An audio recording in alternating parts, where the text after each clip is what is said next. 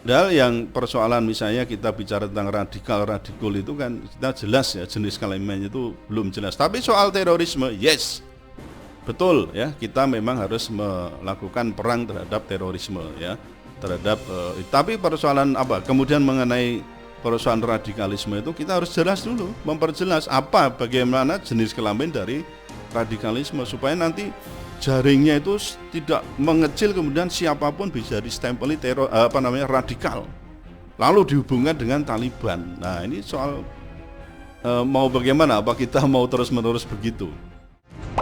Assalamualaikum puan dan tuan. Anda berjumpa kembali dengan saya Profesor Suteki di channel yang radikal, ramah, terdidik, dan berakal. Puan dan tuan dijamin tidak akan merugi mengikuti channel ini, maka jangan lupa untuk subscribe, like, comment, and share. Assalamualaikum puan dan tuan, apa kabar? Jumpa kembali dengan saya Profesor Suteki di channel yang radikal, ramah, terdidik, dan berakal. Kali ini saya akan mencoba untuk membahas atau mereview berita masih seputar tentang siswa ya. Kalau beberapa waktu lalu saya bicara tentang hasil riset ya dari tim riset UPI yang menyatakan atau yang menemukan bahwa ada data ya 44 dari 100 siswa di Bandung itu terpapar radikalisme. Nah, kemudian ini kita juga menemukan berita ya yang dimuat di Hops ID tanggal 7 September 2021 ini. Judulnya lebih lengkapnya, Pakar Intel buka-bukaan banyak sekolah di Indonesia yang berkiblat ke Taliban. Diberitakan di sini bahwa pakar militer dan intelijen Susaning Tias Nevo Kertopati mengungkap kalau saat ini banyak sekolah di Indonesia yang berkiblat pada Taliban. Hal ini bukan sekedar omong kosong belaka, sebab fakta ini sudah menjadi penelitian yang sifatnya umum ya, yang dilakukan oleh sejumlah universitas ya, termasuk UI. Hal ini diungkapkan Susaning Tias dalam program cross-check dikutip hops.id Selasa 7 September 2021.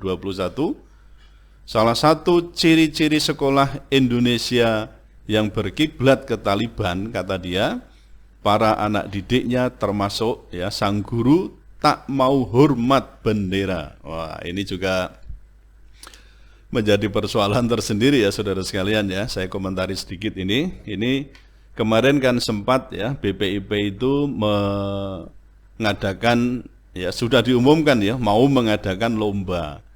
Lombanya itu salah satunya adalah bagaimana pandangan Islam itu atau dari sisi ajaran Islam terkait dengan penghormatan bendera merah putih. Nah, saya waktu itu juga membuat tulisan yang saya sampaikan di medsos. Ya, intinya saya mengkritik ya kegiatan-kegiatan semacam itu karena justru akan menimbulkan polarisasi ya. Polarisasi bukan semakin memperkuat nasionalisme atau apapun lah ya namanya ya, cinta tanah air dan seterusnya, tapi justru menimbulkan polarisasi masyarakat. Karena memang ditengarai ada yang misalnya seseorang atau beberapa orang yang tidak mau menghormat bendera. Tapi kan kita harus juga paham bahwa masyarakat itu punya perbedaan-perbedaan. Ya, tentu kita juga harus paham mengapa tidak mau menghormat bendera, kapan tidak mau menghormat bendera, alasannya apa. Itu ya kita harus mencari tahu sebabnya kenapa ya, dalam hal apa. Nah, kalau misalnya itu terjadi ya kita nggak bisa memaksakan orang, pokoknya kamu harus menghormat. Kalau tidak, nanti akan saya laporkan, dipidana. Nah, sementara kita juga tahu bahwa di Undang-Undang Nomor 24 ya tahun 2009 itu tentang bendera bahasa dan lambang negara serta lagu kebangsaan itu tidak ada ketentuan yang mengatur tentang ya aspek pidananya. Kalau misalnya orang tidak mau menghormat bendera itu kemudian dipidana sekian tahun atau denda sekian juta rupiah, tidak pernah ada. Silakan Anda cek itu ya mengenai ketentuan pidana yang ada di pasal 66 ya sampai dengan 71 ya. Di situ tidak ada ketentuan yang isinya pidana ya, ancaman pidana terhadap orang yang tidak menghormat bendera misalnya. Nah, tapi memang di sini persoalan nasionalisme saja, bagaimana menghormati, karena di pasal 65 ya, 65 Undang-Undang Nomor 24 Tahun 2009 itu disebutkan bahwa warga negara, ini mengenai hak dan kewajiban ya, hak dan kewajiban warga negara.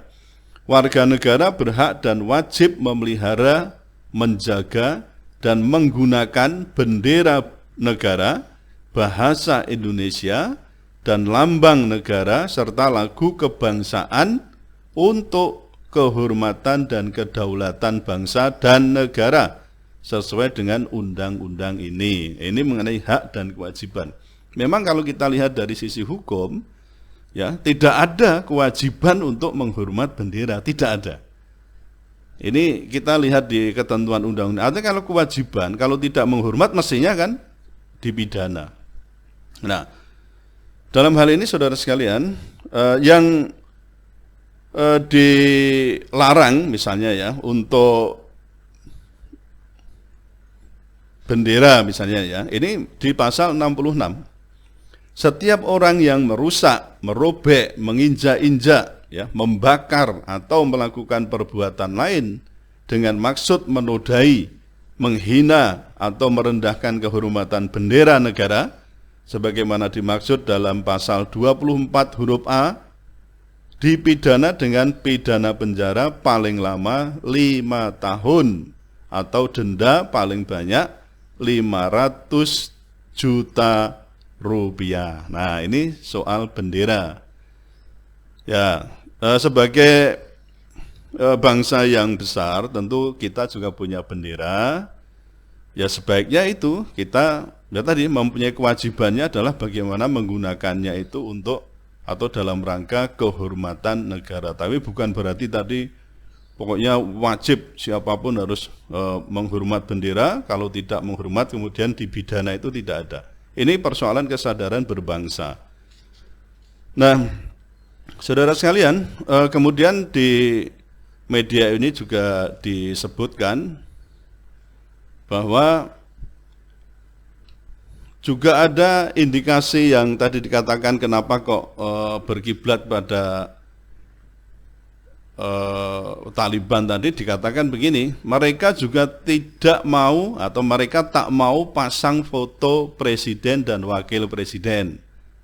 Lalu mereka tak mau menghafal menteri-menteri, tak mau menghafal parpol-parpol, ya kata dia ya. Jadi kata ahli intelijen tadi. Nah, ini kaitannya apa?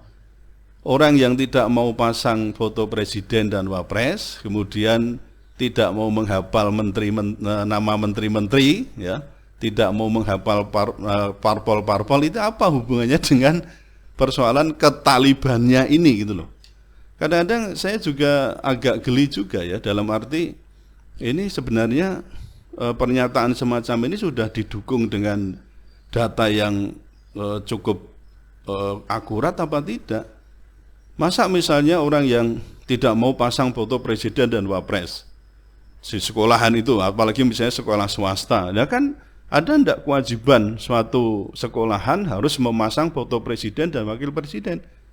Kalau sekolah itu negeri mungkin ya, artinya itu kan dari sisi struktural dipasang foto presiden dan wakil presiden. Tapi kalau swasta, misalnya milik juga pesantren misalnya, kalau tidak memasang apa mau dihukum? Nah, persoalannya kan di situ. Ini lagi-lagi persoalan kesadaran. Nah, lalu mereka tak mau menghafal menteri-menteri. Lah, hubungannya apa dengan ketalibanan ini? Masa orang yang tak mau menghafal menteri-menteri kemudian dikatakan, wah ini stempelnya apa? Tidak nasionalis gitu ya, radikal gitu. Nah, saya saja juga nggak hafal menteri-menteri itu. Ya menteri-menteri tertentu saya hafal gitu ya. Tapi yang menteri-menteri yang lain juga tidak semuanya saya hafal. Maksud saya begitu. Jadi dalam hal ini apa hubungannya menghafal menteri dengan persoalan condong kepada Taliban? Terus tidak mau menghafal parpol-parpol. Nah ya parpol itu banyak sekali gitu ya, partai politik yang ikut pemilu, yang tidak ikut pemilu. Apa yang mau kita hafalkan semua? Paling kan ya kira-kira yang favorit bagi kita apa? Wah, yang ada yang besar kan, yang besar PDIP, ada Gerindra, ada PAN, ada Demokrat. Yang kecil-kecil mungkin yang lain juga nggak hafal semua warga negara. Apa ya suruh menghafal itu nama-nama parpol gitu? Lah untuk apa? Nah, itu loh maksud saya, apa dengan tidak mau menghafal parpol-parpol itu kemudian ini cenderung ke Taliban. Nah, apa hubungannya gitu loh. Jadi ya ini masalahnya kayaknya sepele, tapi kalau indikator-indikator semacam ini kemudian dilekatkan atau untuk mencirikan orang atau sekolah yang berkiblat pada Taliban, menurut saya kok tidak pas gitu ya. Tidak pas menurut saya, tidak pas ya. Lalu juga ada di sini gerakan sekolah yang berkiblat pada Taliban ini tentu harus diwaspadai. Oke, kalau misalnya Taliban itu identik dengan terorisme, ya silakan, kita memang perang melawan terorisme. Tapi Anda kan juga harus tahu ya. Maksudnya kita ini harus tahu bahwa status terhadap Taliban itu yang dulu mulai tahun 2009 itu kan dikatakan memang itu Amerika Serikat memberikan stempel sebagai teroris. Kenapa? Karena mendukung apakah itu Al-Qaeda atau tokohnya di situ ada Osama bin Laden dan seterusnya. Itu sebelum tahun 2009. Itu sebagai teroris ya, organisasi maksudnya teroris yang mendukung terorisme dan terlibat, dinyatakan terlibat dalam terorisme. Dan terhadap Taliban sebelum tahun 2009 itu memang Amerika sifatnya no compromise dan juga no negotiation. Kan gitu. Ini kita harus jujur gitu loh ya. Nah, tapi setelah tahun 2009 kita saksikan bahwa perubahan sikap Amerika Serikat terhadap Taliban. Ya apa? Dari yang tadi distempeli sebagai teroris kemudian menjadi insurgents. Jadi apa? Menjadi kelompok separatis yang ada di negara itu ya, kelompok yang ingin apa? Yang ingin memerdekakan diri gitulah ya intinya. Jadi kaum separatis itu kan ada juga kan, di Indonesia juga ada, misalnya OPM ya, di Operasi Papua Merdeka misalnya, itu juga disebut sebagai insurgents ya. Tapi kan ini beda ya, yang insurgents ini akibatnya apa? Ketika diakui sebagai insurgents, dia punya posisi tawar, punya legal positioning yang jelas ya, posisi hukumnya itu jelas. Dan makanya ketika tahun 2010 itu ada perjanjian pertama kali ya yang dilakukan antara Taliban dengan Amerika Serikat, kemudian disepakati ada beberapa hal itu, antara lain apa? Oke, dilakukan gencatan senjata misalnya begitu ya, tetapi syaratnya yang pertama adalah pemimpin atau petinggi-petinggi Taliban yang tertangkap itu dibebaskan. Itu kemudian yang kedua, Taliban juga diberi hak untuk membuka kantor perwakilan di Qatar, itu loh. Karena waktu itu yang memberikan fasilitas pertemuan antara Amerika Serikat dengan Taliban itu adalah Qatar. Nah itu. Jadi dalam hal ini memang kita harus hati-hati ya. Kalau tidak ini kan berbahaya juga ya. Temuan yang saya kira juga harus dibuktikan kembali gitu ya. Dan statement dari pakar intelijen ini juga perlu kita cermati sendiri lagi supaya apa? Kita ini tidak fobia gitu ya. Fobia terhadap apa? Ya nanti ini kan larinya kepada Islam akhirnya. Padahal mesti akan berdalih, oh enggak pada Islam tapi pada Taliban. Nah Taliban itu juga ada unsur keislaman, mereka juga Muslim kan itu kan. Apa nanti semua yang berbau Taliban kemudian wah, atau semua yang tadi dikatakan ada indikator-indikator kemudian distempeli itu adalah condong pada atau berkiblat pada Taliban, kemudian harus diperangi, kemudian harus apa hubungannya? Ini ya saudara sekalian ya. Nah, ini saya lanjutkan ya. Gerakan sekolah yang berkiblat pada Taliban Ini tentu harus diwaspadai karena sekolah merupakan pabrik pencetak para pemimpin negeri di masa depan. Sekolah pula yang mencerdaskan kehidupan bangsa. Yes, itu saya setuju dalam hal bagaimana kita mencetak masa depan, mencetak pemimpin negeri di masa depan itu oke. Tapi kalau stempelnya kemudian persoalan radikal terus begitu, membuat anak didik kita itu ciut nyali. Ya, tidak punya nyali untuk apa? Menyuarakan kebenaran dan keadilan. Kalau nanti menyuarakan keadilan dan kebenaran, itu orang Taliban. Nah, kan repot juga saudara sekalian. Nah, kemudian disebutkan maka kasus ini dianggap harus menjadi perhatian dari Kementerian Pendidikan, Kementerian Agama, BIN, BNPT, TNI, dan Polri. Coba, nanti kira-kira apa yang akan dikeluarkan ketika misalnya, wah ini terbukti atau dianggap terbukti begitu, kemudian saya yakin nanti akan ada SKB tentang apa. Padahal yang persoalan misalnya kita bicara tentang radikal itu kan kita jelas ya jenis kelaminnya itu belum jelas. Tapi soal terorisme, yes, betul ya kita memang harus melakukan perang terhadap terorisme ya terhadap.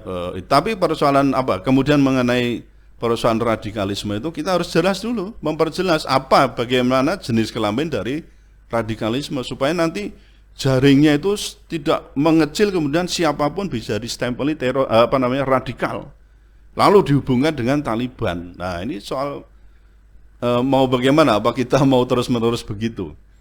Kemudian lebih jauh anggota ex DPR Komisi 1 ini juga mengatakan sejauh ini banyak pihak yang mengendorse kalau Taliban tak membahayakan bagi Indonesia. Pihak-pihak itu pula yang kini mulai getol memperkenalkan Taliban versi baru ke rakyat Indonesia. Nah ini kan saya kira juga tuduhan yang perlu dibuktikan ya. Apakah betul ini persoalan Taliban itu membahayakan kita itu dari mana gitu loh. Kalau yang tadi dikatakan prinsip-prinsip memegang teguh, misalnya Taliban dikenal sebagai radikal dalam arti apa? Radikal dalam arti itu memperjuangkan hak-haknya. Memang harus begitu kan? Kalau bisa kita bayangkan misalnya negara kita dikuasai oleh pemerintah asing misalnya ya dengan sekian ribu tentara di Indonesia. Kemudian kita merasa tidak ya, dalam keadaan misalnya terjajah dan seterusnya. Kira-kira Anda diam atau tidak? Ini kan harus kita pertimbangkan juga. Jadi jangan kemudian wah ini Taliban menang kemudian nanti akan membahayakan kita. Loh, bahayanya di mana gitu loh. Kita tetap punya kredo, kita punya juga nasionalisme, kita punya pegangan hukum sendiri. Nah, bahayanya di mana? Kalau misalnya nanti Taliban berkuasa di Afghanistan, apa kita kemudian akan menolak bahwa tidak mengakui bahwa Taliban yang pemerintah Taliban berkuasa di Afghanistan? Kita mau tidak mengakui begitu. Coba kita bayangkan, mereka juga memperjuangkan haknya. Mereka merebut itu ya, kekuasaan dari pemerintah lain, maksudnya dari pemerintah Amerika Serikat juga kan. Nah, apakah hal ini juga akan kita salahkan? Toh tidak merebut kekuasaan dari, maksudnya dari kekuasaan di bangsa lain kan tidak. Mereka merebut punyanya sendiri gitu loh. Dan menurut saya juga tidak merebut katanya kan, itu karena ditinggalkan gitu ya. Tapi perjuangan kan sudah sekian puluh tahun ya berlalu. Tapi kemudian Amerika memutuskan untuk pergi, ya dia Amerika memutuskan pergi atau tidak, yang jelas sekarang Taliban yang memegang kendali di Afghanistan. Nah, tadi dikatakan padahal itu semua kata dia ya, cuma akal-akalan belaka. Saya shock ya mendengar itu, bagaimana ada orang-orang yang sebut Taliban akan baik-baik saja. Perempuan akan diurus dengan baik, bahkan sekelas pimpinan universitas juga bicara demikian. Nah, tadi saya pun akan mengatakan prinsip-prinsip misalnya yang dipegang oleh Islam itu tentu baik gitu loh. Nah, memang kalau ditinjau dari sisi yang lain, misalnya agama lain atau sistem yang lain, tentu bisa jadi buruk. Ya gitu, kita harus paham juga. Semua sistem punya cara, ada teknik tersendiri, ada cara memimpin dan seterusnya. Kalau Islam punya ajaran, kemudian punya sistem pemerintahan, ya hak dihargai saja haknya. Kalau kita potret A dari B bisa keliru gitu loh. Nah, tapi kita harus menghargai perbedaan, katanya kita negara demokrasi, kan itu toh?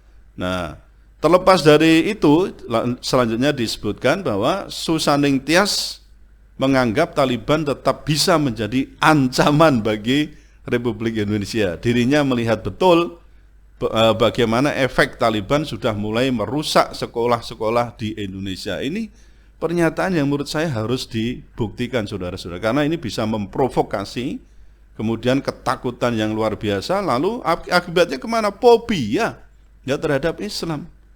Ya, jadi saya kira perlu harus dicermati betul ya, meskipun ini pendapat dari pakar ya, pakar intelijen dan pakar militer, tapi kita juga harus hati-hati supaya apa? Ya isu yang dihembuskan itu kemudian tidak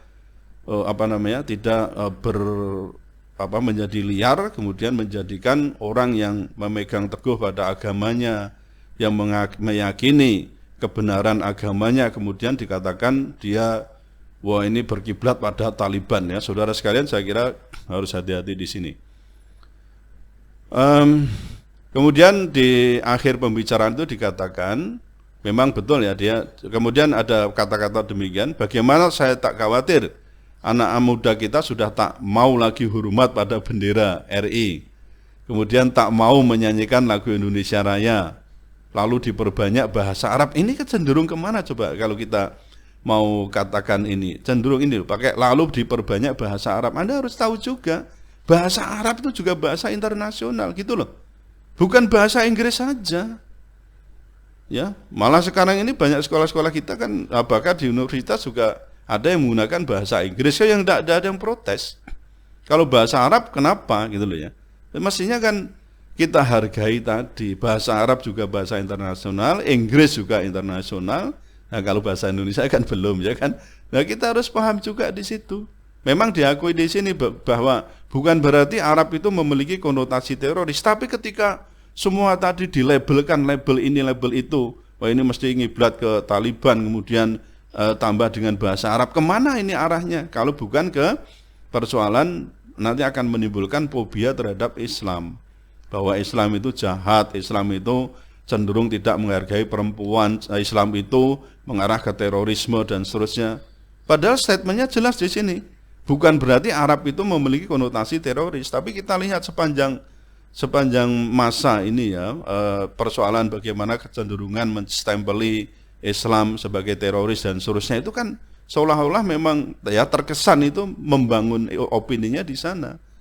Nah, yang jelas kita sepakat lah ya bahwa terorisme itu berbahaya. Ya, saya pun bersepakat di situ. Tapi ketika itu distempelkan, diturunkan pada persoalan radikalisme dan ada istilah wah ini condong atau mengkiblat pada Taliban, itu yang menurut saya tidak setuju di situ. Baik saudara sekalian, saya kira itu komentar review saya terhadap pemberitaan yang dimuat oleh Hobbs.id tentang pakar intel buka-bukaan ya, banyak sekolah di Indonesia berkiblat ke Taliban.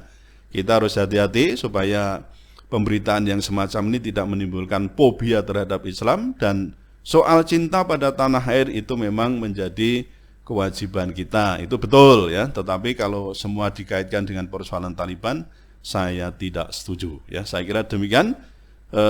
Semoga review ini juga bermanfaat bagi kita semua. Kita berharap tidak ada namanya Islamfobia. Yang ada adalah bagaimana Islam itu mendatangkan rahmatan lil alamin. Saya kira demikian saudara sekalian, tetaplah radikal, ramah, terdidik dan berakal. Wassalamualaikum warahmatullahi wabarakatuh.